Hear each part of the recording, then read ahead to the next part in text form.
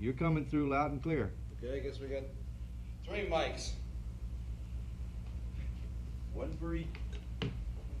More mics than we need. Morning, Charles. Hello. How are you? Fine, how are you? Fine. Good. You're fine. Good.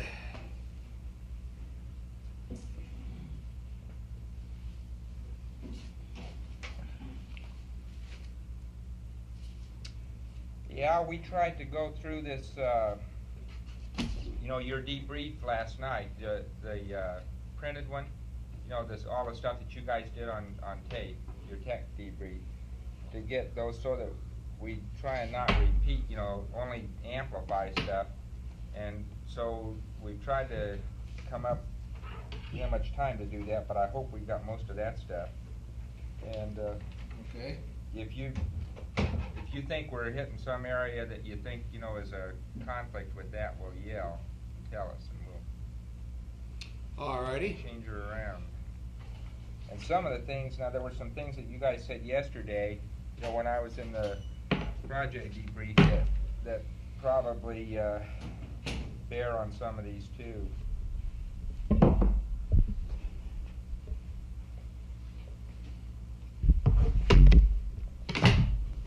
Good morning. Good morning, Ed.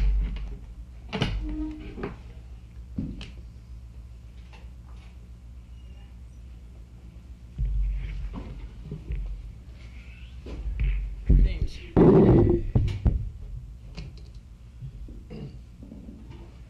It's cold in here this morning. Yeah? Good morning, Bill. Hi. Hey, Craig. Are we using those mics? I don't know. They're hot and hot. Found them on the floor. Before we, start asking questions, identify yourself, so Yeah. people that Yeah. transcribing know our voices, Yeah. say who Okay. these people are.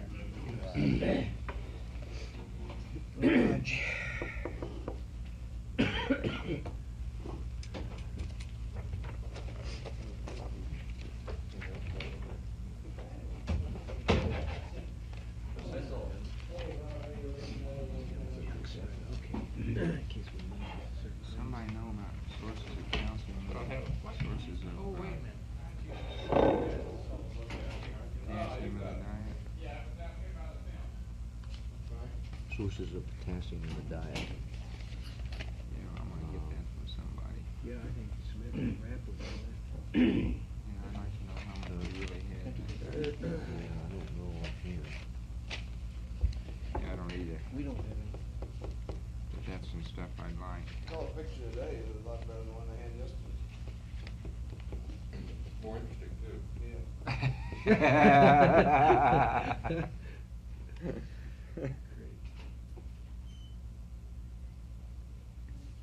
Sorry about that. Camera on the door of the.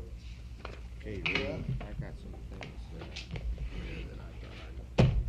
We will say a couple of things about it. Seeking to meet the requirements is the first thing. Another one, the audit.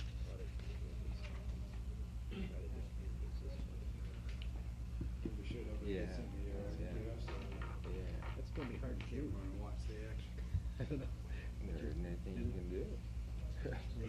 I heard what you did. Okay, the show's all yours. What kind of a format do you have in mind today? Okay, Questions and answers. yeah, questions and answers. I guess we ought to, for the tape, identify this Dr. Berry and for the medical debriefing, and I'll try and ask most of the questions. If people have some here, we'll try and hand them in that way. If they're not, will you identify yourself? And I think they can identify you guys' voices pretty well already on the tape, so there shouldn't be any problem with the tape thing. Chuck, I think we're going to have to peek up those mics. They're not loud enough? It's a little down, yeah. Mr. Bernhardt. Where is he? I'll take care of it. Probably outside, I guess. Can you get him to turn them up some? Well, We can yell for a while here if it'll help, and then we can get them to turn them up some. give us a test count.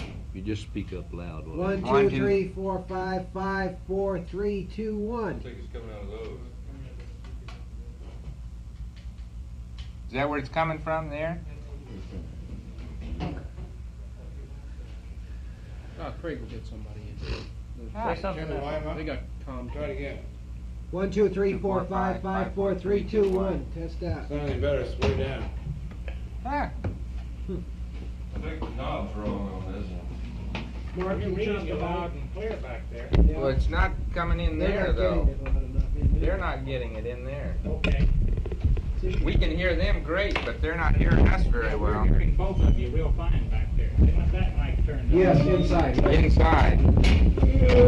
The speaker, not the mic. Okay. It's better whatever they did. I set it on the minimum setting in here instead of the max. The max seems to be then and vice versa. Oh, really?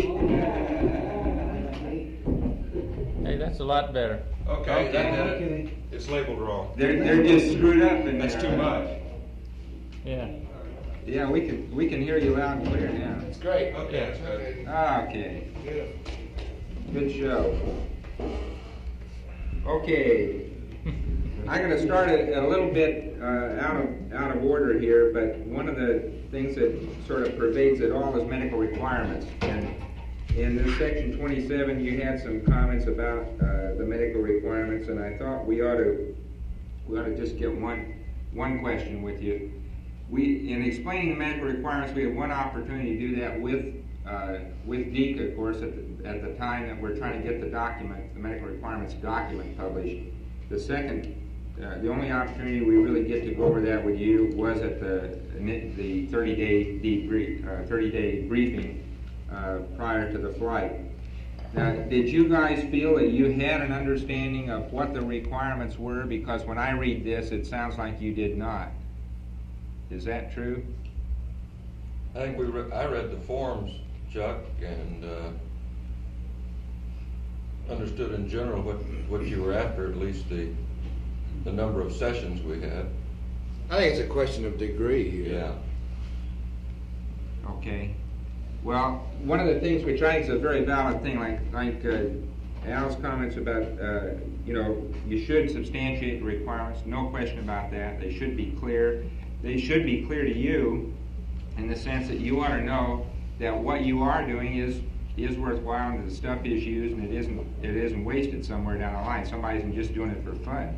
Yeah. And we try, that's something we try to iron out pretty hard in our own house. And one of the things I'd like to do is if you guys end up at sometime before the end of the quarantine period here and have some time, we ought to have that data together by then, and then prior to the time that we end up getting you out, if you've got an hour sometime, we might be able to go over with you and show you, here's what we saw with you and with the lab data and the whole bit, and say, because it's very hard to get back together again after you get out of here to do that sort of thing. Everybody says they'd like to know what happened to them. We could do that to you in here and tell you that, and here are the samples that were used to do that, so you have some idea, understanding about how that happened. Would that be worthwhile to you? Yeah, the comment was made not from a point of view, a specific complaint about our flight, but just, I think, a continuing understanding between the two directorates. We agree. Ahead of time, because it's the kind of thing, well, just like with other scientific experiments, unless the crew understands the reasons and agrees with it, the thing isn't going to be a successful experiment. Amen. So the comment wasn't made from a point of criticizing anything specifically about our protocol at all. Just to reiterate what everybody ought to know but doesn't always think about. Yeah, good. And I think, Chuck, also, probably the last few weeks before flight is not the time to try to brief the crew on the medical requirements. At that time, their thoughts are quite a bit on other things, and perhaps it needs to come earlier than that.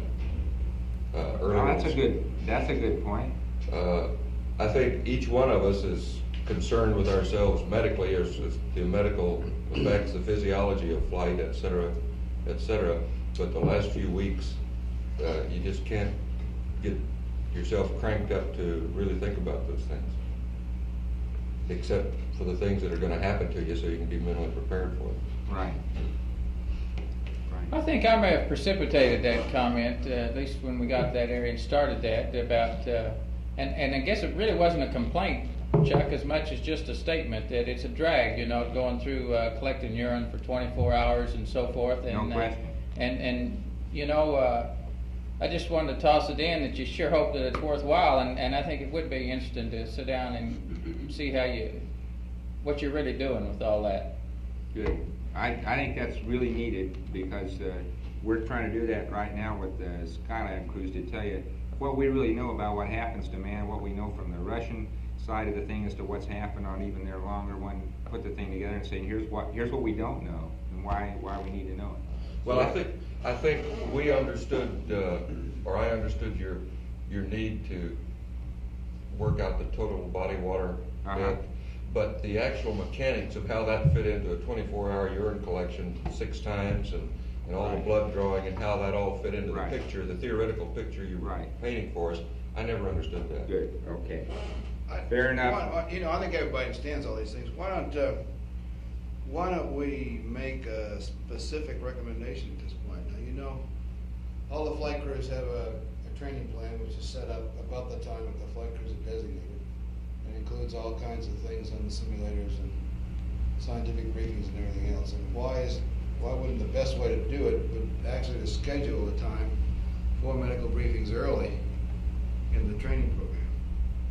Because I think if you all, conversely, if you all feel that an experiment's worthwhile doing, you want to get your protocol settled early in the game so you have all the equipment or whatever you need ready, so that it will be a satisfactory test. So I would suggest that maybe sometime something be scheduled in the crew training program early in the game. And I should where think it becomes one of those things you've got to check off, like systems briefings and everything else. And I should think that briefing should consist of a bit of the theoretical thing you're trying to do, followed by the mechanics and the protocol. What that means to you. Yeah, that's right. The mechanics of how you go about doing it, and the number of punctures, and where you're going to do it, and how many urine samples, and that sort of thing. Great. Just so the guys understand. Great. Okay. Will do. I think that's great. I'd like to go back and pick up one then on the exercise area. You mentioned this in the debrief, and you mentioned it again in the yesterday. But can you give me some idea? Now, you said you missed, as I remember the debriefing statements here, you commented that you missed 1 day on the way out and 1 day on the way back. And can you say what you did in time, what the exercise consisted of, what you did roughly in time? I know you won't know to the minute or a second or anything, but as roughly as you can. And then if you have any idea, did you try and judge what you did as far as, did you try and get a heart rate increase, or did you try and judge your exercise level in any way? And this is particularly important for us in trying to separate out the effects that are different between the two of you who are on the surface versus Stu, who was in the spacecraft all the time. So we want to keep that, we want to get that straight if we can. Could you just sort of brief the exercises to the way you did it? Maybe each of you have to do it because you probably did it differently. Well, what we were shooting for was about a 10-minute period per day, exclusive of the 2 days of lunar surface activity for the two of us. And Stu was going to try to get about a 10-minute period per day for including those days. The method of exercise during the 10-minute period was to use this exogym device which we have, and to operate that in such a fashion that the old, what they call the big four, where you start out with your legs and your feet in 2 loops and your hands controlling the friction device from a crouch position to a full stretch out, and do that several times. Then hold the fixed loops and use the legs on the movable loops, and then hold the fixed loop with the toes and use the biceps on the movable loops. That's the general pattern that we tried to follow, but we didn't make all of those time periods. We missed the first day out because of, well, we didn't have it scheduled the first day out. Well, it was in the flight plan, but we hadn't, I don't think anybody's gonna exercise the first day anyway. No. Yeah. In fact, it should never have been in the flight plan to exercise the first day. Pretty hard to get that in that first day. I don't see how you problem do with the it. docking probe, so that puts it behind. You don't really need it in that first day anyway. Pardon? You don't really need it in that first day to do it. Well, in retrospect, I think that it would probably have alleviated some of the sore back muscles that first day if we'd gone ahead and done it. In my case, anyhow. It was kind of like one of those things where they said, okay, you want to exercise, you put it in the flight plan. I said, yeah, we got to have it in the flight plan, we won't do it. Where are we going to put it? I said, put it in before lunch every day, before the mid-meal every day, and that's how it got in there. Okay. Now you said exergem, or is it the exergenie? Exergem, I think. Exergem's a trade name. Yeah, Yeah. they're both similar devices. It's the same thing. It's the friction one. Yeah. Okay. Yeah. Okay. And so 10 minutes a day is what you had programmed for the thing. And did you have any? Do you have any? Did you feel that you really got a fair amount? Did you get up any increase in breathing rate or heart rate that you were aware of when you did it? Yeah, we didn't do it quantitatively, but certainly.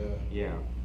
I always tried to stop short of cracking a sweat. It's just not desirable to get all sweaty in the spacecraft. And I felt like I was pulling it somewhere around 10 to 15 minutes. I could feel the heart rate going up and the breathing going up, but I would never do it to the point of a sweat. And it's not a vigorous exercise, it's more of a tension exercise. Right. We put enough load on it to where it was a hard pull, but a slow pull. Okay, Stu, did yours go about that same way then for the whole time, even when you were No, alone? I'd like to just summarize exercise in my case. I probably didn't exercise as much in retrospect as I would have if I were doing it again, for various and sundry reasons. One is, you don't feel a need for the exercise. You just got to say, well, I'm gonna go do this. And there were a couple of times that we got out the, it says exercise period, so we got out the exerciser, and Al and Ed would have at it, and I'd be doing something, or I'd say, well, I'll put it over here and I'll get to it in a minute. And then I know on one occasion, several hours later, I finally got around to getting it and doing some exercise on it. I'd say probably 5 to 10 minutes was the length of time. I would strain pretty hard. I didn't work up a sweat, but you use this thing, you can use it about any way you want. You can drag them through the ropes, or it's really designed to where you hold and do an isometric first, and then go right from the isometric into the isotonic, and you get the whole smear. So I'd hold pressure on the thing and strain against it, and you can strain as little or as hard as you want, but I'd strain reasonably hard and then relax the tension and pull it up. But I'm trying to think. I'm sure that I missed one exercise period on the way out completely that Al and Ed got in. I did no exercise at all in lunar orbit. Thinking of the exergem was never even crossed my mind for those 2 days. And then in preparation for entry, I said, boy, I'm really going to hit that on the way home. As it turned out, I barely got in the one exercise a day that we did on the way home. So I would say overall, I'm sure I didn't hit the exergem as much as I probably should have. Okay. I don't know how, from my point of view at least, how you, in a case like this, where you're trying to correlate the relationship of the exercise that Ed and I did, for example, and its benefits or lack thereof with respect to the lunar surface period, which was over 30 hours. I just think the basic workload there alone is enough different to put that exercise thing down the noise level. That's its contribution down the noise level as far as the two of us are concerned. I think that's probably very right, Al. And I think that the thing we want to know is, was Stu trying to make up for it in some way with exercise in the spacecraft? Because he obviously, there's no way he could make up for what you were doing on the lunar surface. He was I don't trying think to, but he had a real busy flight plan. Yeah, yeah. I don't think he could do it. And this is what I wanted to find out. Was he trying to do a lot more or something during that time? So. No, I wasn't. I think that'd be a difficult thing to try to do, really. I don't know. You're going to, maybe with the longer period in lunar orbit, CMP may not be quite as busy, or maybe. I suspect he probably will be. I think it's going to be difficult to get in much exercise there. But, no, I wasn't. It's going to vary between individuals. Yeah. So it was obvious that Stu's greater interests were in running the spacecraft, and for example, the B-23s took a lot of time, which you might otherwise have allowed. That was this is the kind of thing I'm talking about. That if you're going to get individuals to try to exercise and respond to exercise, then you're going to have to get to them early to explain the benefits or the crew as a result of that. Right. Because it really is an individual thing. That's right. And we haven't tried to set any numbers of times that you do anything or anything like that. And so I think we need to really carefully look at that as an area.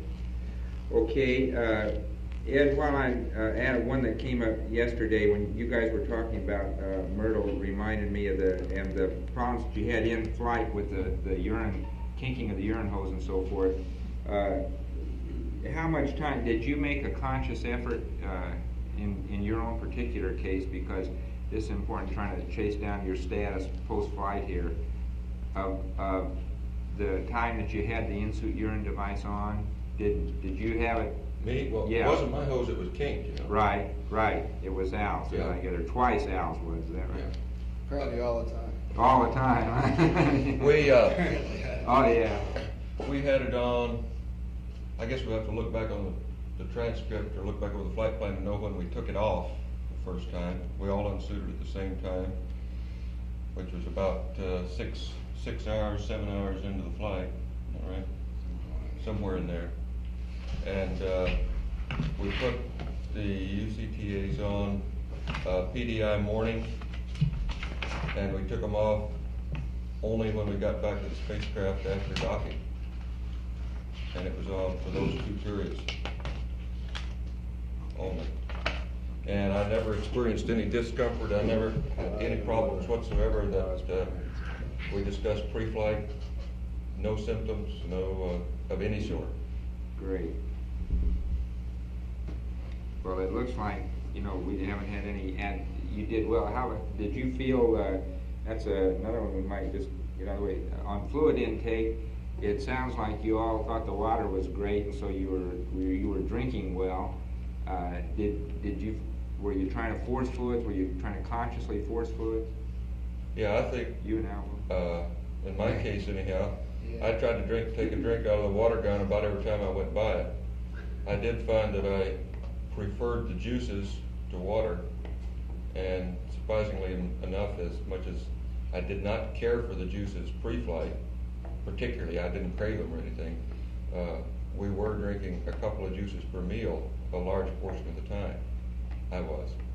And in addition, taking a shot from the water gun about every time I'd go by it. I forced myself to drink the water. Not that it tasted bad or anything, but just to keep the fluid intake up. And so I would drink water.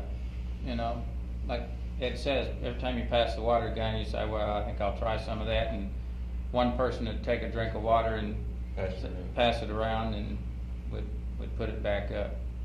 As I understand, though, you stated in the debriefing you felt you drank about half as many juices as they did. I'd say that's probably a good average. I'd say probably a third less. A third less. Yeah, in juices. Mhm. Yeah, you drank 2 juices at some point. Yeah, I drank 2 occasionally. Toward the end, I was drinking 2 more than I was, because a lot of times you drink a cocoa and a juice, and I'd bypass the cocoa, and I'd just drink a juice. So I'd say probably, and this is a wag, but I'd say a third less juice than they did. Okay. Well, I think I kind of decided I was going to try to do everything I could to end up in as good shape as I could at the end of the mission, which included keeping the fluid intake and the food intake up, as well as the exercise. And that's generally what we try to do. You did a great job of it, I might We add. had to try to get 2 juices per meal, most of the time. Okay, there was a question here about for you particularly, sir, did you eat more, do you feel, while they were with you, Al and Ed were with you in the spacecraft, than when you were alone? Eat and drink better? I saw in your food thing. Well, I'd say, excuse me, go ahead. I saw in your food comments there that you had difficulty, the food preparation thing you'd have preferred if you'd have had some canned things you could have opened quickly and gotten to when you were alone that way, and I can surely understand that. I think it's something we ought to look at. But Well, that's the way I did eat. Yeah. Because we had them there. I guess it didn't come out right because that's the way I did eat in lunar orbit. I would say, I'd say the answer to your question would be yes. That I ate more when they were in there, but the idea of people being together is nothing in that. It's a time factor. yeah. During the coast phase, you have more time to worry about eating. During that lunar orbit phase, I didn't have any time at all, and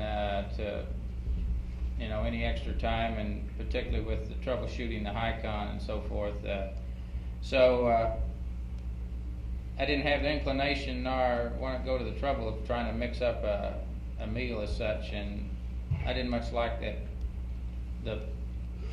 going to all that trouble anyway. So I opened up, a can of that chicken salad, I think it was, and I had that for breakfast, and then a wet pack, and that's the type of food that you can really get to in a hurry and eat. Right.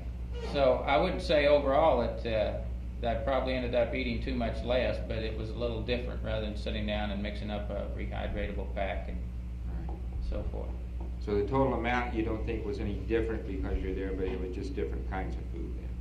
It may have been a little less, but Do you personally feel, now the weight loss is involved here, yours, that they, you got 1 pound each here and you got a 10-pound one, and I heard your comment about the scale yesterday too, but do you have any personal reason why you think there's that much difference in the weight loss? I mean, is there anything that that you personally tried to account for it other than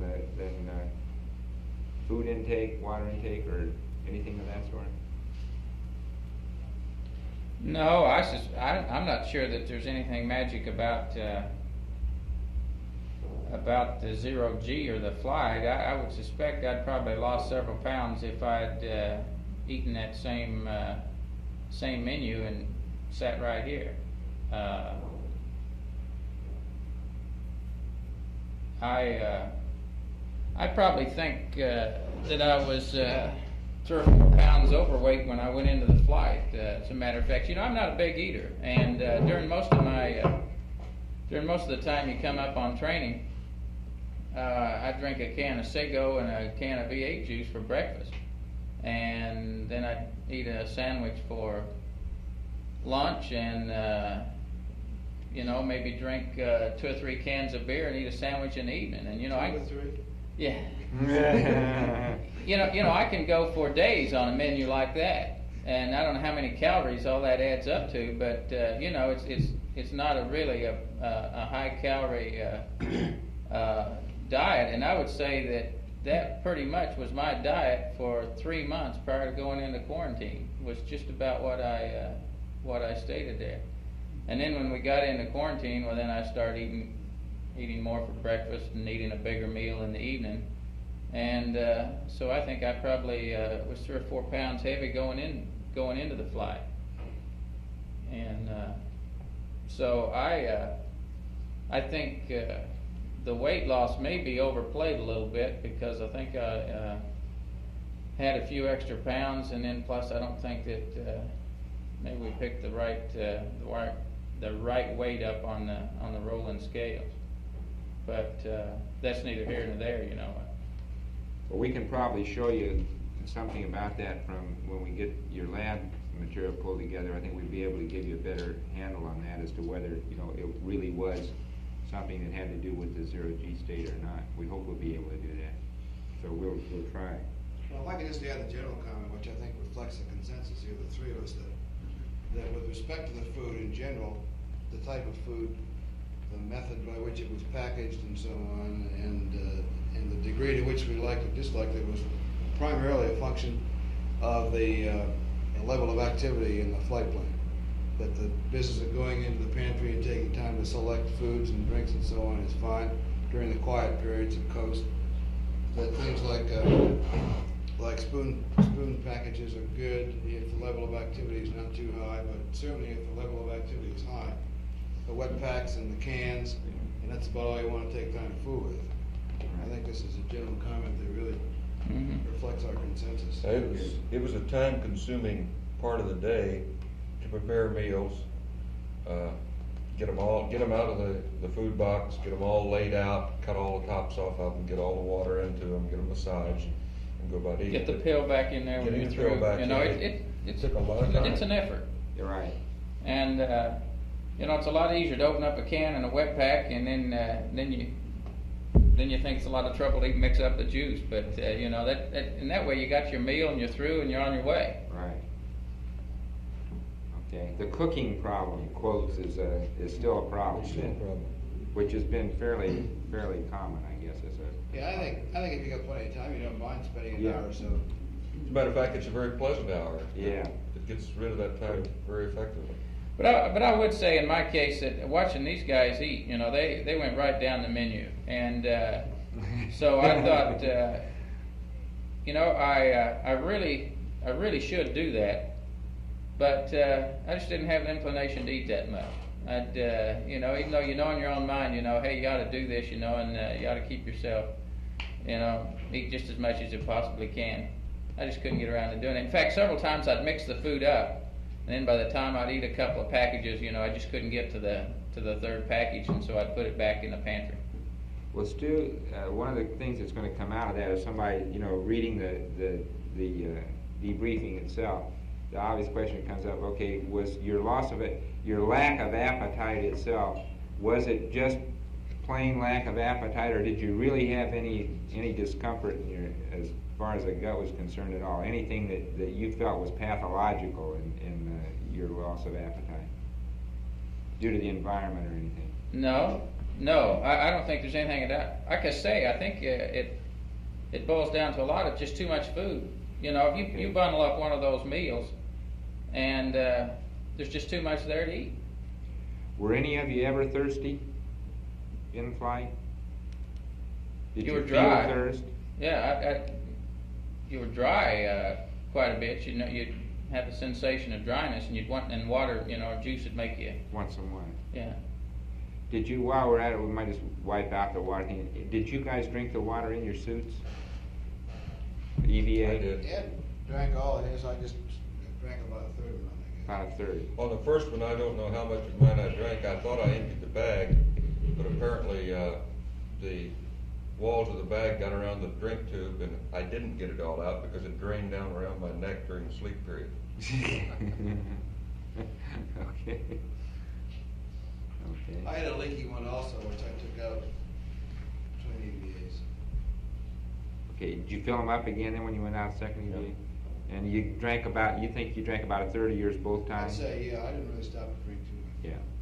Okay. And I drank on mine the second EVA, and I can't remember whether I drank it all or not. If I didn't, there may be some still in it. Okay. All right. Hey, one other comment on while we're on that eating, before I forget it. We ran completely out of these bite-sized packages, you know, and to me that was the best thing we had. These little, you know, turkey sandwiches, cheese sandwiches, and that sort of thing, because that was a no-sweat operation. You just clip that off in a can of juice, and you could go at it. So I really liked those, and I eat all those generally that I could get my hands on, and we ran out of those. Well, we ran out of most everything else too. I mean, just about anything. No, not really. I had all kinds of food. If I may make a comment, if you don't mind, about his eating and drinking habits. This flight plan is really something that he worked on and developed before the flight. flight. It's a busy flight plan. It's a full one. And it was my impression that he was more interested in being sure that the flight plan was done properly than eating. Oh, yeah. I think that affected it to a great degree. Which again gets back to the level of activity versus the... If you guys can get a little, for example, those drink bags, get a little diaphragm on the end, just stick over a needle and pump the water in that way, and shake it up, pull the plug out, and drink it out of the same deal. That would be a lot easier for those drinks. I mean, for the juices and things, you mean? All the cutting. Yeah, so that you don't end up having to sort of feel you got to drink the whole damn thing once you get it done. You see, you get a drink bag, and you get a little gnarled thing that's all sucked in, the plastic is all folded down. Unless you Right. got it exactly right, first of all, you can't get it at the nozzle without having it leak. And you get it all done, then you got to go cut the other end. And I was just thinking maybe it might be an easier way to put a diaphragm fitting on there that you could stick over a hypodermic type of thing and get the water in that way. Might be a little bit quicker way to do it. Okay. Anything you can do to make it easier is going to help increase the consumption. Right. Particularly during busy time periods. Okay. But could we get you? Now this is going to involve just really Al and Ed. We'd like to have you describe as well as you can the things that you did with your bioinstrumentation harnesses because it's very hard for us to be sure exactly what happened. We don't have that stuff back yet. We're going to set up. We've got to develop a plan to troubleshoot it. And as the thing that happened with yours, Al, just from our point. You want the actions, not the words, huh? Pardon? You want the actions, not the words. The actions, not the words. Yeah. Okay. Well, you said some of the words too. But from our point of view, what happened with your particular harness is everything was fine when everybody left the MSOB. Okay. When you got into the spacecraft. Right after you got, apparently when you were getting cinched down somehow, because we had about 3 minutes or so after you were in the couch of good data on you. Then we began to get erratic data. It began to wander, the baseline began to wander all over the place. That continued to get worse and worse, and pretty soon it was going just full scale, which was totally unreadable. So the question was, okay, it was a question about hatch closure at that point in time. We decided right then. I said, well, hell, we're going to go without that because I'm sure it's a sensor, and the only way to get at it anyway, we asked you then to try and press on those things. If that wouldn't do it, if that wouldn't reseat it, then the first opportunity would be when we got you actually in flight. Now, we don't know why, but it came back. It was gone still when you went over Australia. As you came back up on the States, magically, there we had data. And we went back to the MSOB from the firing room to Quetzat Pass, and there you were, whap. That was beautiful, just as if nothing had ever happened. And you hadn't done a damn thing, because then we asked them, had you done anything? Now, as we understand, when you looked at that sensor then, that you did have some material had leaked out from underneath it, and we understand that you replaced that sensor, you cleaned up and replaced that sensor. Is that right? We didn't replace the sensor, no. Okay, just to cleaned it off, refilled it, put a new sticky back on it, and put it back on. Yeah, okay. That was the second day into the flight, though. Yeah, this was Yeah. like the second day. Right, yeah. That was the first time that we really, and that we asked you to do that then because we thought we'd get it out of the way before you got into the, okay. Now then you had another. I also changed the adapter, the CWG adapter, because at one time in the flight they said my comm wasn't very good. Yeah, your comm was terrible, right. We had a spare adapter, and so it changed that. Now, exactly when that was, I don't know. But that was pretty early, too. I think it was the first day, probably. Yeah, I think it was the first day. Al, that was the Lord's. That wouldn't have anything to do with the launch problem, because of course we're No. using a different... No. And we had a respiration on you. You can see respiration, but we didn't have the... That's good. Yeah, but we didn't have an ECG. That's very reassuring to me. That's right, good. Hey, Al, can you correlate the reappearance of your EKG signal with any flight plan activity that you might have been doing? I sure can. I'm just as mystified about that as you were. I tried to press it through the suit and everything. It happened. You can't feel anything through the suit. Well, you were free then, though. You had your helmet and gloves off. It was 1 hour and 30 minutes GET, Al. I don't know if that rings any bells to you. Helmets and gloves are off at that time, and we were moving around with the post-insertion checklist, and there's some movement in the couch, so I dive in and get some things and pull them out, unstill that sort of stuff. It's just gotta be that you were probably it was in the cinching down in the couch that it probably loosened that edge of that sensor somehow a little bit, and I don't know why. Or put a crimp in a lead, or Yeah. brought it into contact with something else. Yeah, because it sure came back fine after that. Okay, then the second time, what else then did you have with yours, Al, from your point? What else did you do to the thing then on it? The only other thing I noticed was about the next to the last day, that the thread coupling between the sensor line, sensor harness, and the belt, the little transducer in the belt. On top of the signal conditioner. Yeah, it stripped the threads. I could get it to hold a little bit, and apparently the signal was fine, then it would slip off. It came back beautifully when you tightened it. But then, when I unsuited at the end, I noticed that was loose, so the threads apparently stripped on that. Apparently I got it cranked down too hard. Did you routinely disconnect that connector at the signal conditioner for sleep or for bowel movements Not or for anything like sleep, that? for bowel movements and for swabbing down, cleaning out process, yeah. Anytime you pulled your clothes off, to either change clothes or put on the LCG or use the blue bags, what have you, we all did those, I believe. Okay. And then you didn't replace anything. You didn't have to reseat any sensor after that. That was the only other thing you had was the That was signal. the only time I took a sensor off. Was that first And time? that call was correct, because when you took it off, you could see the seepage of the electrolyte Right. fluid. Same with the, Okay. How about yours then, Ed? The only thing I replaced was that one sensor, Which one was and it was, did you the replace same. the whole sensor? I don't mean replace the sensor, we pulled it off, cleaned it out, refilled it with electrolyte, put it back on, it was the same. Just the same outlet. With a new donuts, new sticky donuts. Okay, you did not take the harness out of the kit and replace the whole harness. No. Okay, because we thought you had done that, and that. Well, you called and asked me that, but there wasn't time to do it, so we Yeah. took. I'm glad you couldn't hear what we said when you guys said that. We took the chance that the real problem was simply the sensor and the electrolyte, and that's what it was. That's exactly what it We was. couldn't have picked the worst time from the standpoint of timeline. Is that right? We're just getting ready to go into the lab, you know, and boy, everybody's all asses and elbows and suits and underwear and gear and books and everything all over the place. And I was sitting there half dressed, I didn't wanna go any further till we got a go on it, we couldn't get the high bit rate up for you guys to look at it. Right. And so, I remember there just that. wasn't any time left, so we changed that when I went ahead and dressed. Hey Ed, you know when you came up there though, the data, you gave us about 2 minutes when the high gain did lock on, and we got 2 minutes of data, and it still showed the loose sensor. Now, what did you do the second time?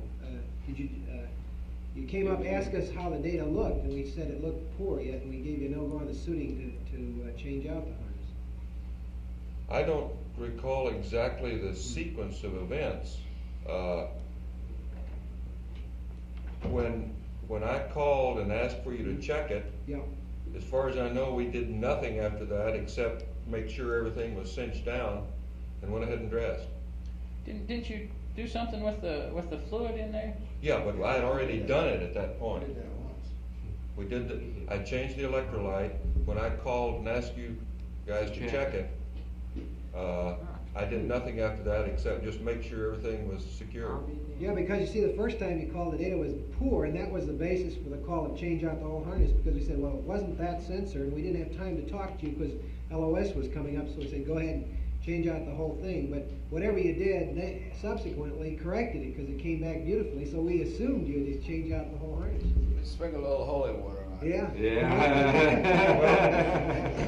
Ziggy, now that you mention it, you know, I just can't remember precisely when we changed it, but I'm thinking that it was already changed at that point. Okay. Ed, was this the lower sternal? It was the lower sternum. Same as Al. Same as Al's? It never did change, it was electrolyte that was Yeah, replaced. what I'm doing Yeah. is taking it off, by taking it off and cleaning it, and putting the new. Putting it back, just sticking it back. Okay. And you think you did that before LOS? Yeah. He probably did. What we're thinking now happened. Probably took a while for it to seat properly, and when he came around, it was good again. Good. Well, his stayed good then, and then we were having trouble with yours going in. You began to get this wandery baseline on yours again before after we got into the limit. So there was a question in our minds about it. Is there any way we could do to get that better? To make that better. And we were trying to figure some way. Could you reach around when you were in the suit? Is there any way you could get at that thing if you took, like, after the EVA, if you ended up taking the helmet off? Could you get down into the suit here? You really have to have the upper torso garment, the upper part of the torso garment clear of the body in order to be able to feel that. In order to even feel There's no way you can definitely tell, even if the other guy goes through the back zipper and around in front. We tried that on the ground to see if you really, could do that, and that's pretty hard to do, we found out. The most you can do is press And on after it. all that time in quarantine, that's pretty dangerous too. Yeah. Depends on where his hands is up. Yeah. Okay, all right. Forget the EVA, just keep fooling with my sensor. You've got 2 hours to stop that. Yeah. Okay.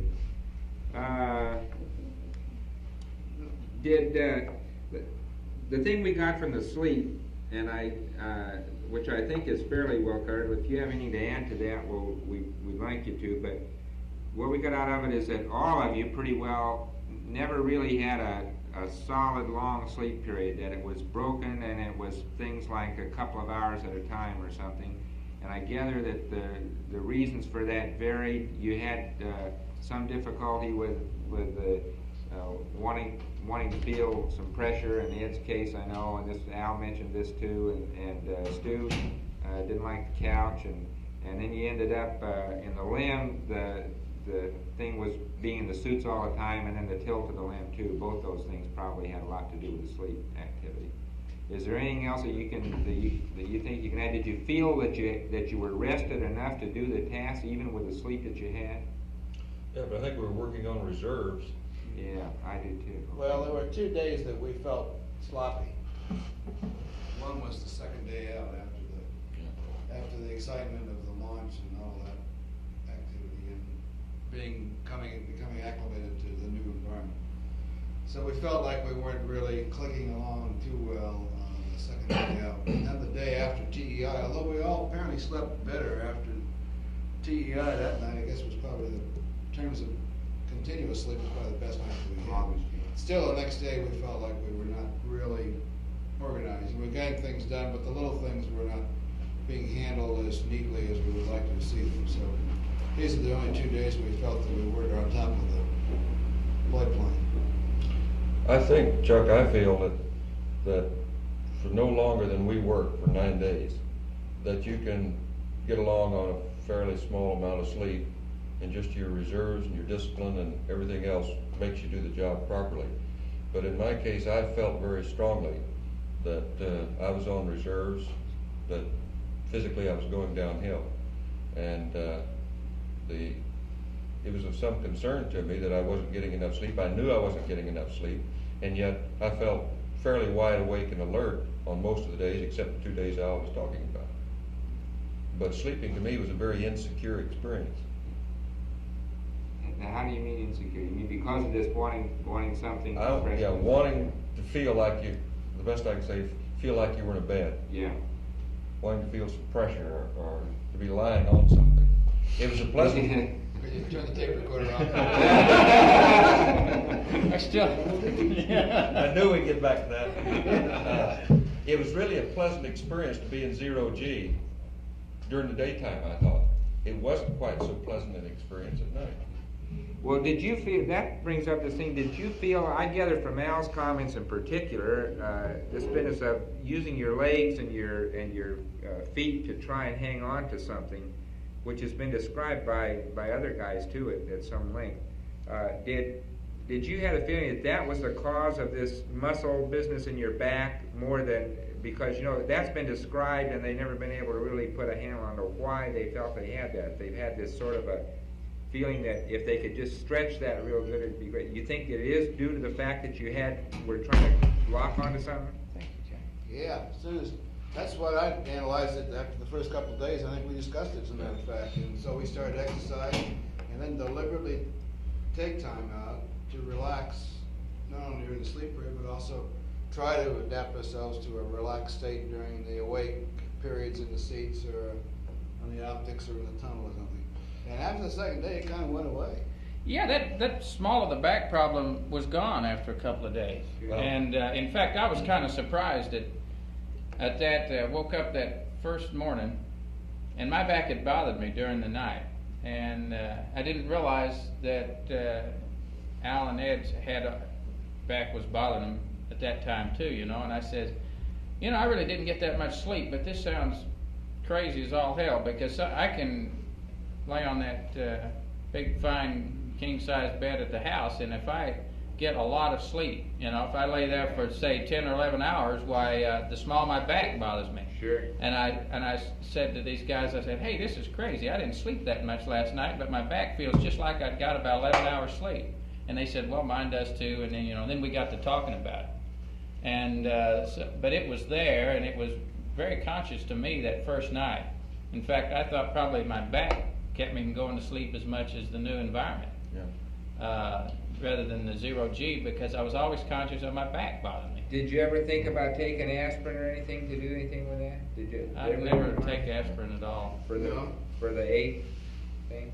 I think until the time we discussed it, I was convinced that the reason I was feeling bad in the back was just not urinating for so damn long during that hole. I wondered if you in the wouldn't first think day. that. Yeah. I did think that. Yeah. And then after we started discussing it, I said, well, that may not be the problem, or if so, that's just part of the problem. Everybody's got it. Everybody's got it.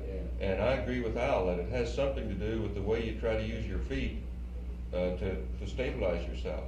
And I believe, although I couldn't see myself, I believe that when I was relaxing in the spacecraft in 0G, I was in a curved position.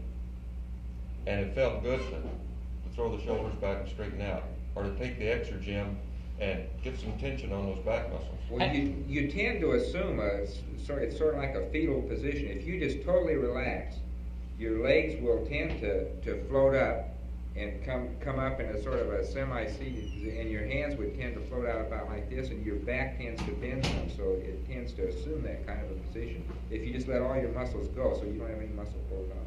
Oh, I tell you, that one of the good things for that back too is just exactly that position. Just get yourself up like this. That's right. And I know that first night when my back was bothering me, I tried to sleep a good bit. I'd reach down and grab a hold of my booties, and I would lay there like that with pulling some pressure on my legs, and it would really help that small of your back. I found both things, either straightening out to put some tension on the back muscles, or as Stu says, double on up and pull the other way. How about when you got back onto the carrier now, and you got into a bed then for the first time back in a 1G environment? Did you have any feeling? Did you have the feeling that you were real heavy, that you were sinking into the bed? Did you have that when you were on a table or anything, on the X-ray table or anything of that sort? None of you experienced that. How about weight of clothes? Did you have a feeling that your pants were too heavy, or they were falling, or anything like that when you first got back? Only thing I can remember about laying down on the bunk was it was a good relief to be able to lay on your stomach. You know, I generally, I don't know which way I sleep most, back or stomach or what, but you know, I always had the impression, no matter in what position you are in the spacecraft, you're on your back. And so I remember thinking of that. The first thing I laid down in the bunk was I stretched out on my back, and I thought, gee, I've been this way for 9 days. I think I'll turn over. So I rolled over on my stomach. It felt pretty good. Okay, did any of you have any dreams at all? Did you ever dream in flight at all? I did, but I couldn't for the life of me recall. Well, that Absolutely. doesn't matter. Yeah, I had dreams. But you did have dream activity, at least in the Yeah. 0G state. Good. Okay. Yeah, I think of that heavy feeling, Chuck.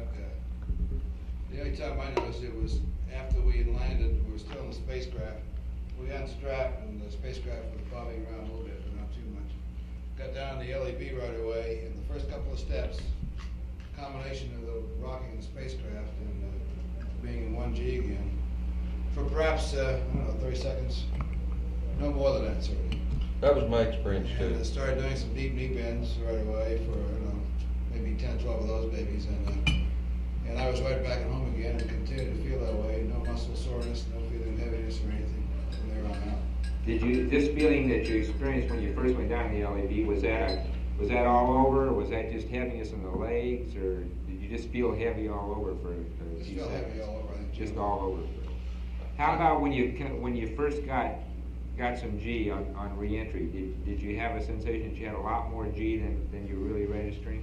Did you go through that? I don't remember anything over 2G. Was I supposed to? Of course, these two guys were. You don't, huh? You'd like that? No, Everybody else is done? No, I think you become very sensitive to G, like even ullage on in the spacecraft, or well, that'd be just the only time you'd really feel a G would be the ullage, as well as the SPS engine, of course, But on entry, certainly, as you're going through 1G, it certainly doesn't seem like 1G. You're sensitive to the G. Since I wasn't quite as busy during that initial period as they were, I didn't have tracking tasks to keep me occupied. I probably felt it more, or was conscious of it more than they were, and it felt to me like one hell of a load. In particular, my one task was to be watching the time, and I couldn't get my arm up to see the watch until after peak G let off. And then about 4 or 5G, I could pull my arm up and take a look at it. And I had the same sensation that Al did. Right after I got out of the couch, I felt very, very heavy. And then with just a little bit of motion, it seemed to go away. And I'd say it kind of described a very sharp rise. The return to normal was a very sharp rise, and then an asymptotic to 1G, because I still stumbled a couple of times getting out of the helicopter. But I felt fine, except I just didn't have the sureness of footing that I would like to have. But that didn't last as far as footing. That's an interesting thing that the Russians had after their 18-day flight. They had some real marked mobility problems that lasted for days, and you didn't have. We've never had anything of that degree. We've always had some initial footing problem. Just getting used to being back in the 1G environment, and then you're on a ship too, which is moving around, and this didn't last for any of you for longer than a few minutes. Really getting out of the I helicopter. never felt lightheaded at all. No, neither did I lightheaded. How about putting your feet in the right place? Did you feel like when you were walking that you were walking normally that your steps were normal and everything? That you didn't have to worry about where your feet were? No, I think that up to the point we got in the MQF, I felt that I took a little care to make sure my foot was going where it was supposed to be going. But it wasn't out of the ordinary, really severe or anything. No. It seemed to be improving very rapidly from a very heavy state for the first 30 to 45 seconds after I got out of the couch to within an hour or so after I was in the MQF, the footing was very sure. But I do remember stumbling once going into the MQF from the helicopter, and I didn't see anything to stumble over. I stumbled.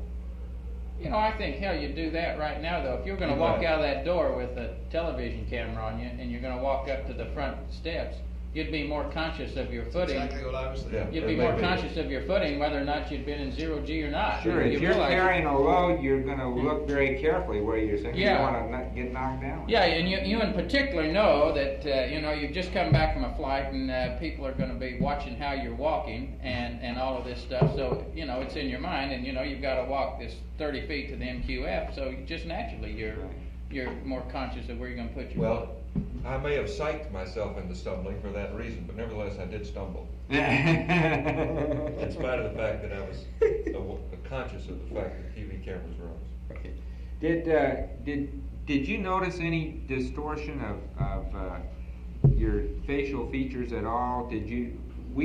When you look at the TV, the in-flight TV, as we watched you, when inside the spacecraft, you get the impression that your faces are not like they are now, that they're much rounder, that's a thing that you see on the TV. Is that true? Did you feel that when you were looking at each other? No, but I observed that when I saw a picture of us taken from that TV, and I didn't think anything about it until you mentioned it. You look quite round. You look much different than you do now. It's very rounded, but you weren't aware of that looking at each other. You know, Al Bean had made a comment of that in the 12 report, that after he got into orbit, he looked around and everybody looked 20 pounds heavier, and I remembered that, and I looked at these guys, you know, they look just as bad then as they do now. I had remembered that comment from Al Bean's report, and I really didn't notice it. The 12 crew, I guess, been the one that was the most impressed with that of anybody, and they noted that they felt even that they had redness of the face for several hours after they first achieved orbit. Well, it's the general feeling of fullness, I think. Yeah. Is there. But I mean, just to look at a person and see his face puffed up, I didn't notice that at all. Maybe it was just lack of observation, but Or maybe for the first 5 hours we were too busy doing other things. Observe that. Did you have any sensation that in the first 24 hours in flight that you urinated more than you normally would, than you did the rest of the flight time?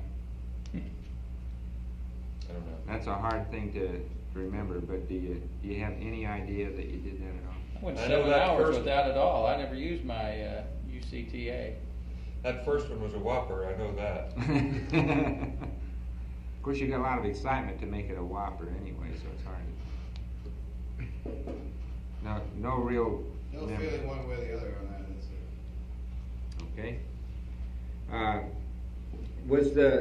Can you comment on the work that you did EVA out on the lunar surface as far as what you felt based versus your ground training? Did you think it was harder, easier, or about the same?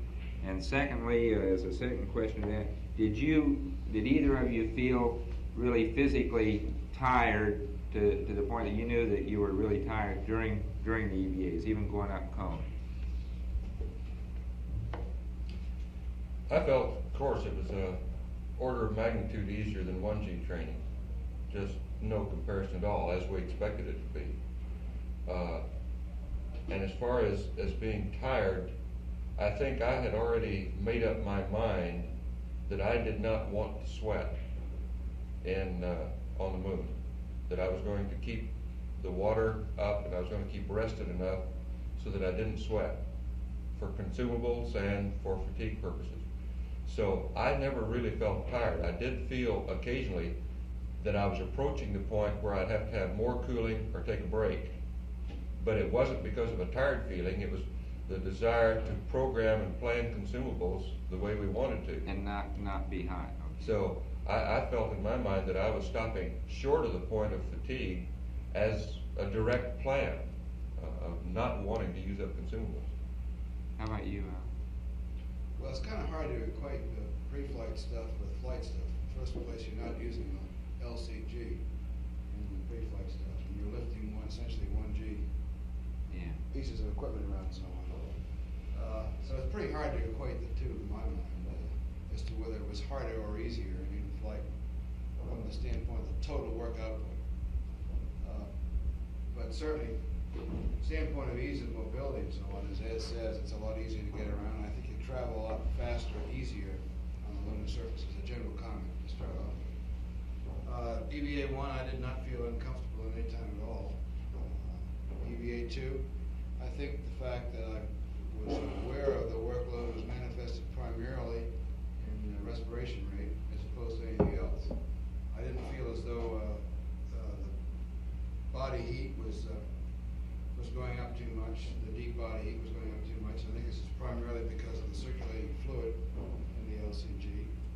And I was not aware of any profuse sweating, just a little faint tinge of sweating, a blush, whatever you want to call it. It was when I went to the medium flow on the water.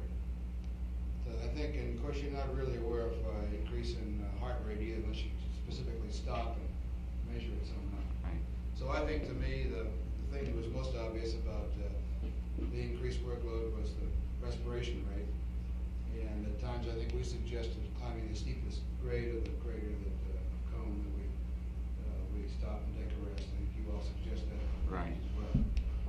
Right. But from the standpoint of being tired to the degree where we didn't want to press on after a short rest period, no, I didn't feel that at any time until after the 2 days was over and we were back on the command module. Never really felt like I was behind the power curve as far as the total workload was concerned. Well, we'll try and give you some firm feeling for what happened with your EVAs when we do this later. You know, we can show you actually what you know. You did have some times where you both got heart rates that were up in the 150 area. You and this is why we felt, and your respiratory rates were very audible. And we didn't have a respiration trace on you at that time, as you know, but you did have very audible respiratory rates, and it was obvious that you were increasing those.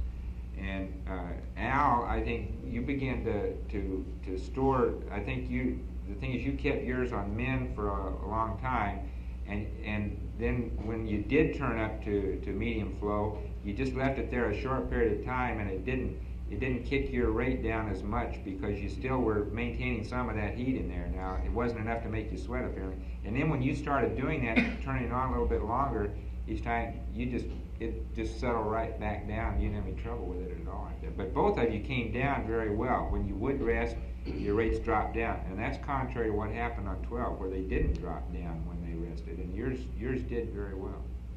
They just dropped. They come right on down as soon as you stop doing the activity. So that. Do you have a feeling that you could have? You have a feeling? Any recommendations about extending EVAs now? I mean, do you feel that it would be possible with proper consumables, of course, that you could, that it's physically possible to do that? I sure do. The thing that bothered me was the worrying about consumables. Knowing that we were getting a higher metabolic load, a higher heart rate, more oxygen consumption going up Cone Crater, and that I was spending more time on between minimum and intermediate cooling because we were deliberately rushing to try to make up time. I started worrying about consumables, and especially in the water and the oxygen. And I felt that was a limiting factor. I didn't feel that I was the limiting factor. Just the oxygen and the water I was consuming were bothering me. Well, we tried to give you the word that that you were pretty fat on consumables really at the time. We thought you were trying to save consumables, obviously. Yeah, we were. Yeah, and understandably so. And so we wanted you to know that you had enough and you could go to medium flow without really getting yourself in a hole was the thing we wanted you to know. And after you did that, I spent considerably more time on between minimum and intermediate. Yeah, we did. Yeah, right. Al So did did too. Al. Yeah, you both did. Incidentally, I think that the comment is, like the comment about total workload with respect to the 2-day period. I wouldn't want to see a crew ever plan to do any more than we did in those 2 days. Oh, amen. As far as I'm concerned, that's about as heavy a workload as anybody ought to do. And certainly, if you're going to go out for longer periods of EVA, you ought to allow longer periods of resting. Amen. and make sure somehow that they get the rest. Yeah. Just allowing the time doesn't necessarily assure rest. Well, tell me, if you had, in the limb, I gather one of the things that you think would help, of course, would be getting out of a suit. That certainly would help if you could get out of a suit in a limb, no question about that. If you had something for sleep, would you take it? Would you guys have taken it in a limb if you had something for sleep, do you think? So. I don't think so, because I don't know about Ed, but I certainly don't take that kind of medication here in the ground. It's an individual thing, quite obviously, and it just depends on. Try to do things as closely in space as you can to the ground environment is probably the way everybody would Right. go. So if you have people that do that in the ground, probably would help them in the. I prefer to see us use a more natural means of getting to sleep as opposed to an artificial You'd means. like to Yeah. have something to sleep on, what you say. Back to that again. I think the suit's a big thing, as far as I was concerned. Yeah. It keeps coming up. Couldn't roll around, even you couldn't roll around in a hammock and the damn neck ring was hitting the back of the neck and. Yeah. There was one thing, Chuck, about fatigue. The only thing that I felt fatigued, any muscles I felt fatigued, was a darn hand muscle in the right hand because of that glove. Because you were fighting that glove. Yeah. And working the core tubes unscrewing the core tubes. One of them I couldn't get by myself. Getting the caps off of them, that was very fatiguing, and that arm gave out. How about when you're carrying the barbell out there and you're getting this thing? You said you had to do it Well, like that was tiring, just because it's so cumbersome and it was flopping all around. But I eventually put it across my arms like that, and just aside from the workload of carrying it out, it was no problem. It was heavy. Was the weight seemed different? Because you commented at the time, and it looked like you were having trouble getting out there with that thing. Was it the weight of it, or was it just the fact that it was vibrating, that it was sort of like a fishing rod? It was mostly the vibration of it, just the flopping of it. Flopping up and down. However, I think that it was heavier than I expected from the 1.6G mock-up. Uh-huh. But we had never carried it that far in training, and I think we've made that recommendation that at least once the guys ought to carry it the whole way. The whole way. But it was primarily the flopping of those weights on the end that were giving me trouble. Okay. Let's get I gather that on this bowel movement thing that the preps and so forth, you had a good comment in there that went fairly well. You all did the same thing we knew pre-flight anyway. Now, how did it work out though? And the thing, do you remember? Can you just tell us each one how you went? I gather Ed went almost to the end without having one, according to a comment. Yeah. Where did you go? When did Bad you? he didn't. I went to the morning of the 8th day. To the morning of the 8th day was the first one. And that's the only one, I assume. Yeah. I didn't plan it that way. What I wanted to do was to have one bowel movement before we went to the surface. Yeah, I remember. So that would take care of that period of time. And I went around with a bag on my fanny for about 12 hours, hoping I could do something, and never did. And at one point, I even wished that heck we had a laxative aboard to help me do that.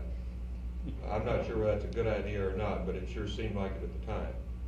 And I was really concerned that I need to have a bowel movement while we're on the surface. Yeah. And I got through that period, figured, well, we got it made. Be good to get back in the command module and use the bag, and I still couldn't. And it was till the 8th day, and that was a whopper. Did you ever get any cramps or anything with it though? No You never cramps, had any nothing, gut nothing. disturbance at all with it? Fine. Okay. I wasn't uncomfortable. I didn't even have a feeling of fullness. Yeah, good. How about you, Al? How did your cycle go? Well, I had 1.5 bags on the 3rd day, I believe it was. And then another bag on about the 7th day. Sorry. And no problem with it. I mean, there were normal consistency and sort of as far as But that's really uncivilized. that. I agree with you. We gotta find a better method. The total hygiene thing in this thing is so archaic, gross. it's unbelievable. I mean, we just got to do better than that if we're going to keep people in space. That's It's really all. the only time we didn't feel civilized, you know? Yeah. You really felt uncivilized during that whole process. The whole mess, yeah, as a big man. And the ability to clean up afterwards, and in fact, is the ability to maintain personal hygiene throughout the flight. Totally. We need better equipment. Stu, how about you? I went to 80 hours was the first one. I remember distinctly because I said between 80 and 81 hours approaching LOI while I'm going to do it. And you did. which pleasantly surprised me too while we're on the gory subject, because pre-flight I anticipated that I might have to use the bag more than that, because in my normal course of events it's very common for me to hit the head at least twice a day. And but so I was pleasantly surprised that I got to 80 hours. And then I had one other one, and it was after TEI. I guess the next day after TEI, and I don't remember what time frame it was, or was it? Yeah, I guess it was. It was the day after TEI, and. Okay, I don't remember the GET or anything, and I can't even associate it with anything except these guys in their gas masks. I don't know what else was going on at that time. Yeah, these guys.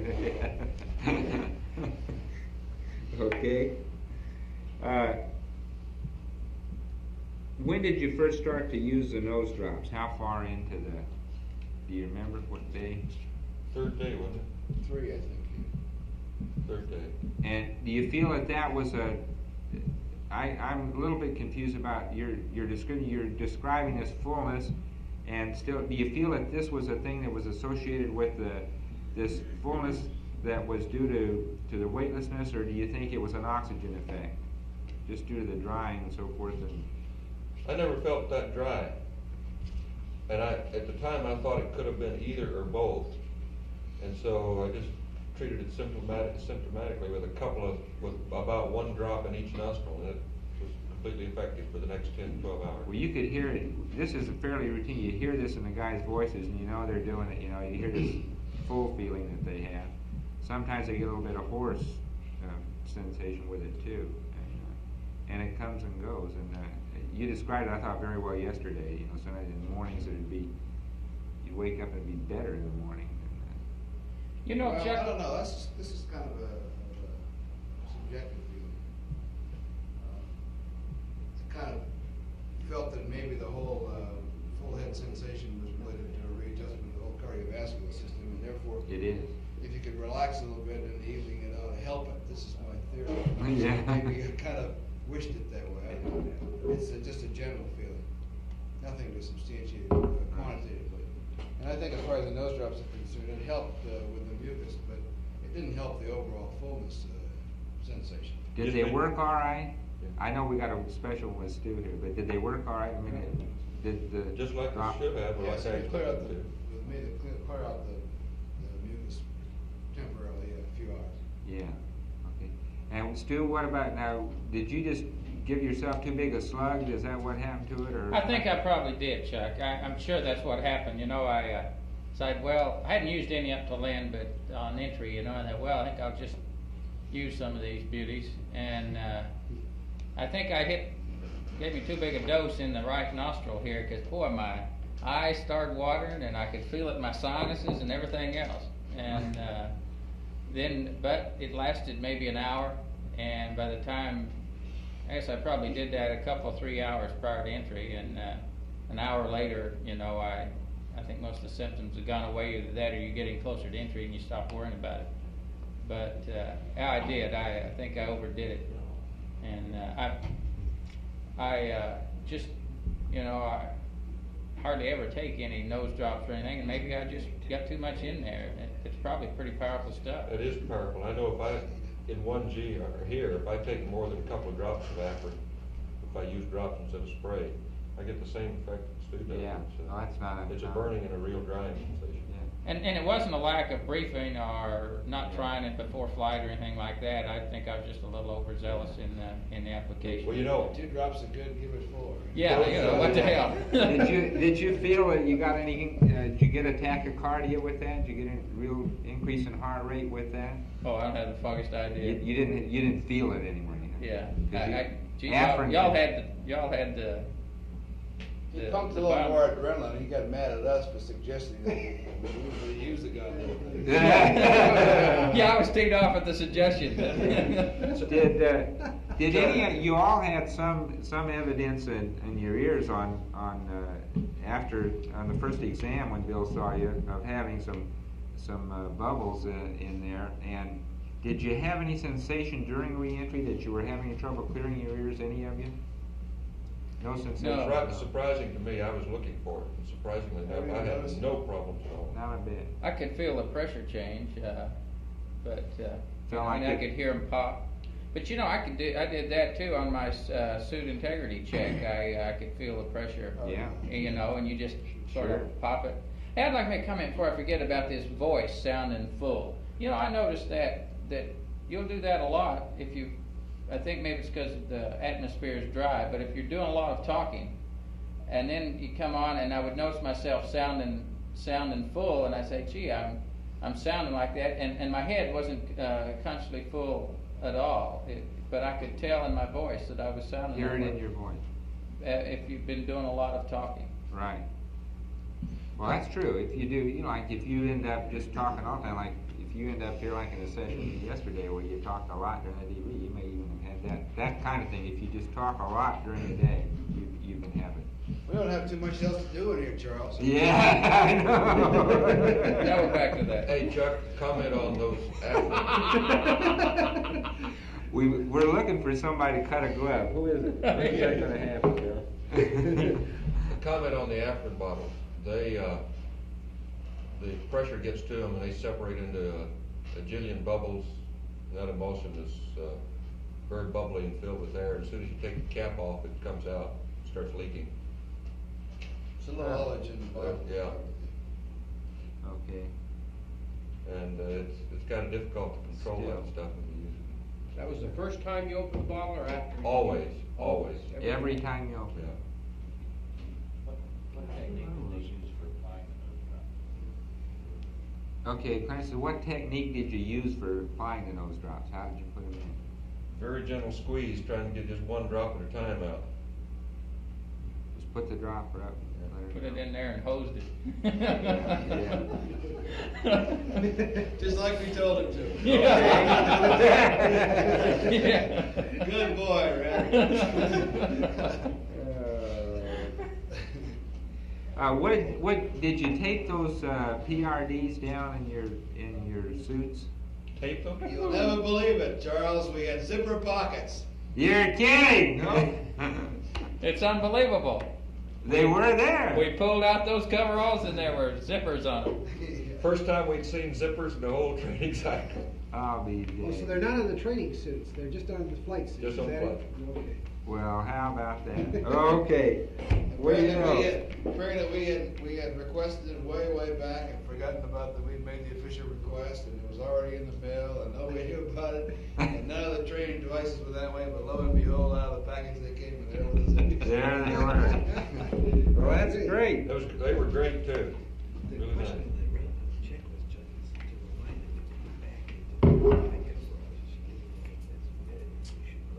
Oh, okay.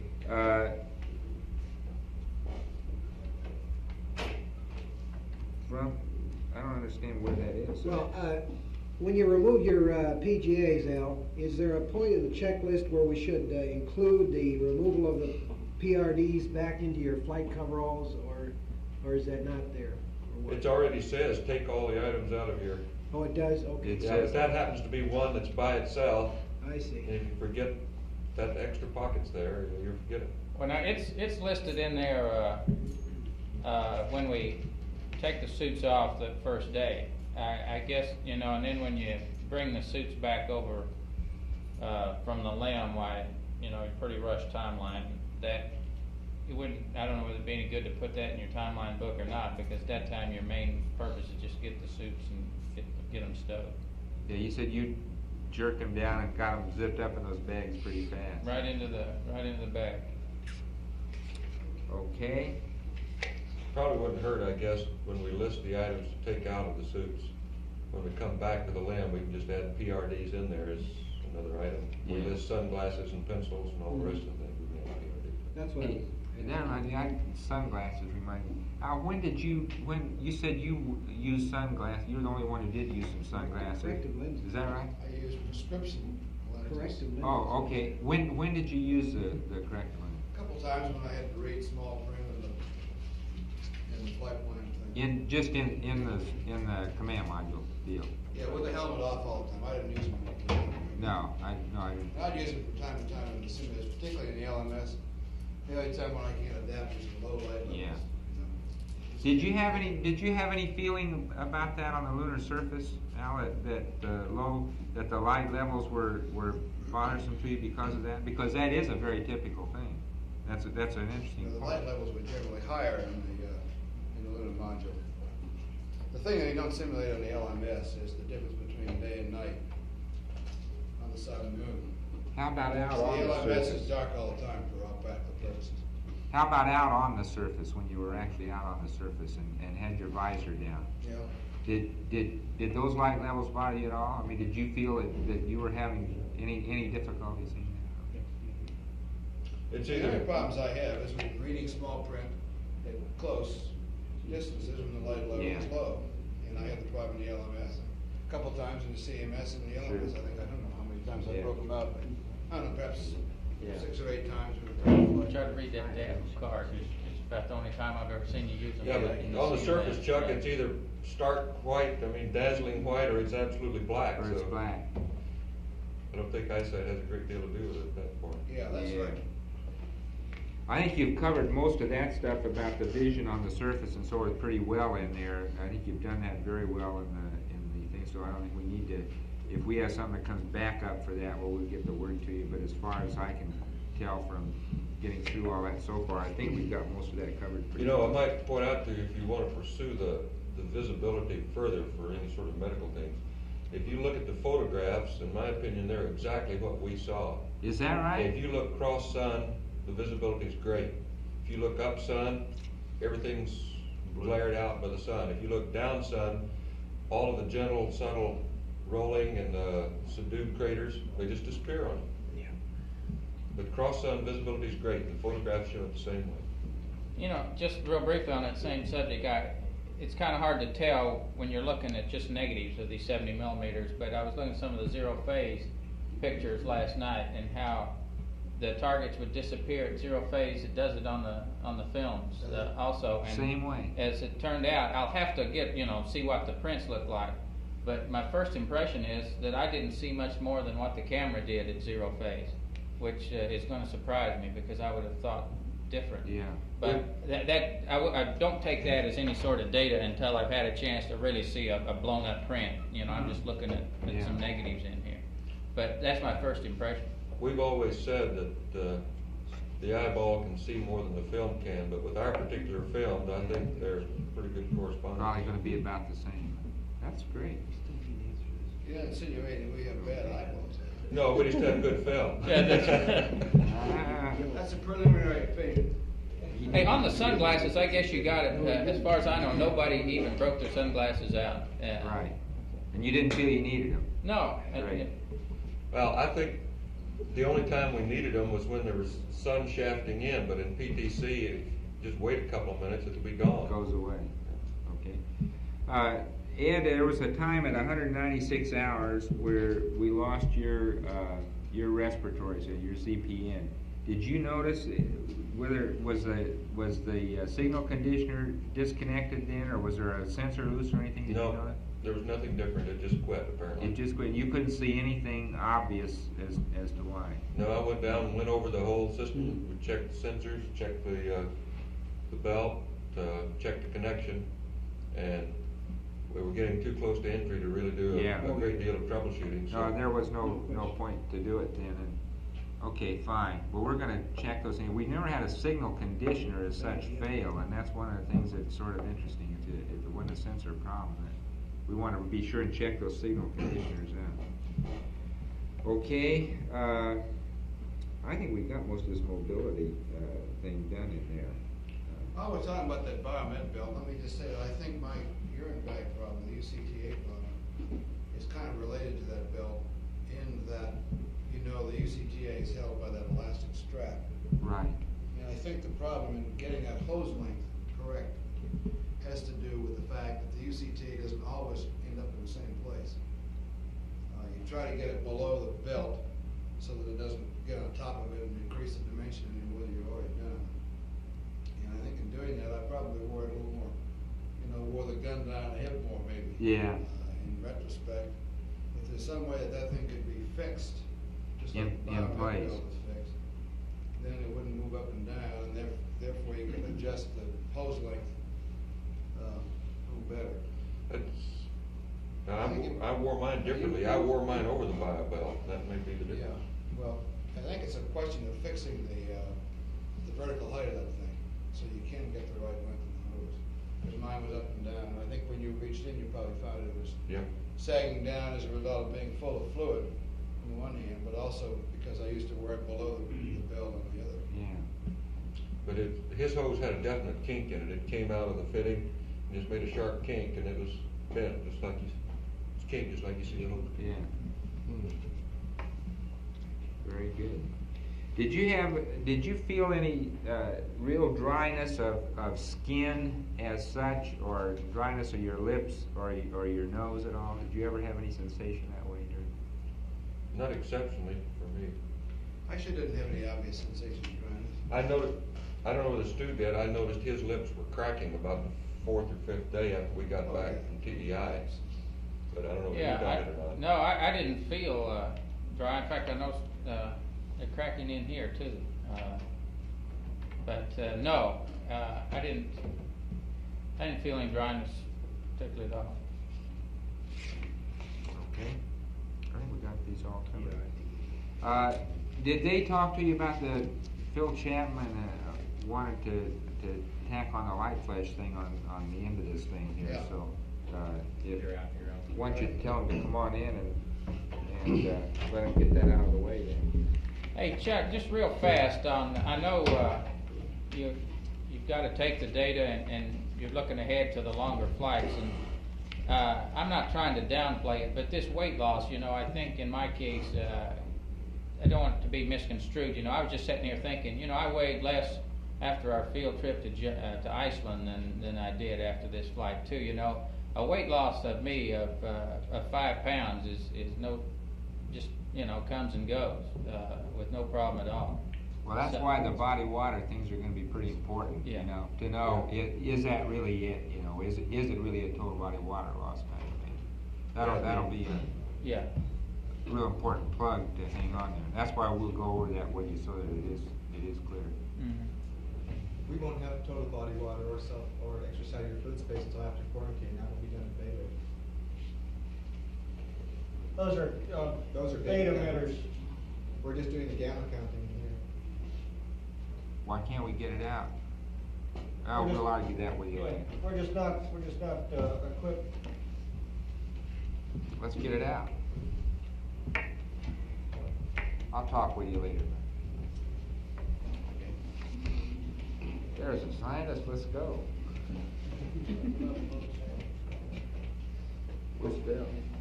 Yeah, there he is. Phil, go out. Hey, y'all want any coffee? I got a big pot right here. Yeah, I'm coming over to get some right now. Oh, you Dick suggested that we should tack on a few questions about light flashes at the end of this briefing. That's what we're about to do. What we'd like to do is to clarify some of the subjective impressions that you got of what you saw in the way of light flashes, and also to clarify the conditions under which you saw them. Excuse me, could you stand back from the mic just a little bit? That's a boom mic. Phil, and that why don't you sit right here? It'll pick it up. It'll really blast us out. Let's go. You need to get reasonably close to the mic. You should be right in the middle. Is there a way that the room could be darkened? That the room could be dark. Yes. In a while. You know what? Okay. The first question we got is the streaks that you saw. Were they a very sharp phenomenon, or were they rather diffuse, like fuzzy? Ones I saw were very sharp.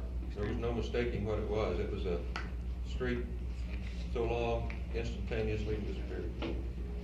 Yeah, I think that's correct.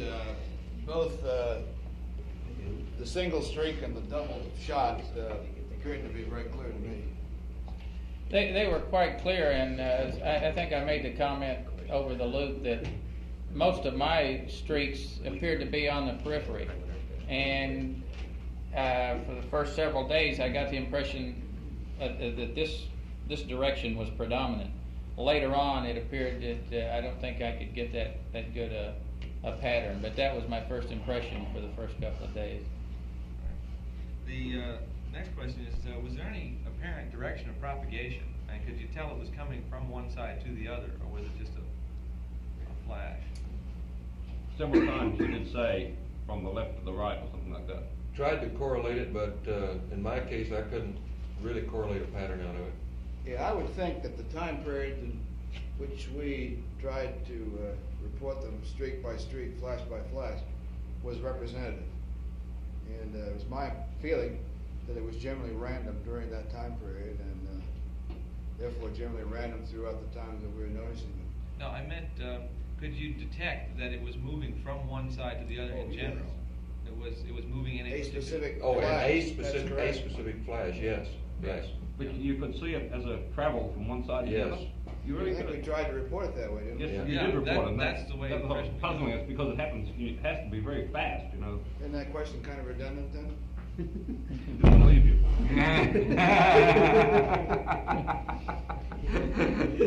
Was there some character to these flashes that had some aspect of direction?